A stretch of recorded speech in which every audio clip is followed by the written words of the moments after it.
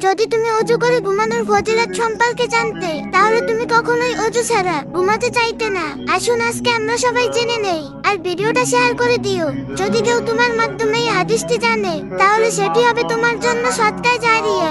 আমরা অনেক সময় স্ক্রল করি, অতিরিক্ত ভাবি, কাঁদতে কাঁদতে ঘুমিয়ে পড়ি। কিন্তু যদি আজ রাতে তুমি ঘুমানোর আগে অজু করতে, রাসূল সাল্লাল্লাহু আলাইহি সাল্লাম বলছেন, যে ব্যক্তি পবিত্র অবস্থায় অজু করে ঘুমায়, তার পাশে সারা রাত একজন ফেরেশতা অবস্থান করে। যখন সে এদিক থেকে অন্যদিকে ফিরে, ফেরেশতা বলে, হে আল্লাহ, তোমার এই বান্দাকে ক্ষমা করে দাও, কারণ সে পবিত্র অবস্থায় ঘুমিয়েছে।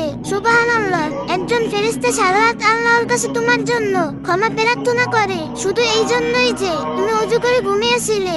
এর মানে কি জানো? প্রতিটা উসরুজা তুমি সেজদায় ফেলেছো, প্রতিটা পাপ যার জন্য তুমি অনুতপ্ত, প্রতিটা রাত যখন তুমি একাকী অনুভব করো, একজন ফেরেশতা তোমার পাশে থাকে, তোমার জন্য ক্ষমার দোয়া ফিসফিস করে। তাই আজ রাতে যদিও হুদায় ভারী, যদিও দিনটা কঠিন ছিল, শুধু অজু করে নাও, বিসমিল্লাহ বলে ঘুমের দোয়া পড়ে শান্তিতে ঘুমিয়ে পড়ো। জেনে রেখো, ঘুম এক পরকালের মৃত্যু। তাই ঘুম থেকে উঠে নবীজি সাল্লাল্লাহু আলাইহি সাল্লামের শিখানো দোয়া পড়ো, আলহামদুলিল্লাহিল্লাযী আহইয়ানা বাদামা আমাতানা ওয়া ইলাইহিন নুশুর। অর্থ, সব প্রশংসা আল্লাহর জন্য, তিনি মৃত্যুর পর আমাদেরকে জীবন দিলেন এবং তার কাছেই আমাদের প্রত্যাবর্তন। যদি ঘুমের মধ্যেই মৃত্যু হয়, তাহলে পবিত্র অবস্থায় মৃত্যু হবে ইনশাআল্লাহ। এর থেকে শান্তি আর কি হতে পারে? ভিডিওটা শেয়ার করো। যদি কেউ তোমার মাধ্যমে এই হাদিসটি জানেন, তাহলে সেটি হবে তোমার জন্য সাদকায়ে জারিয়া।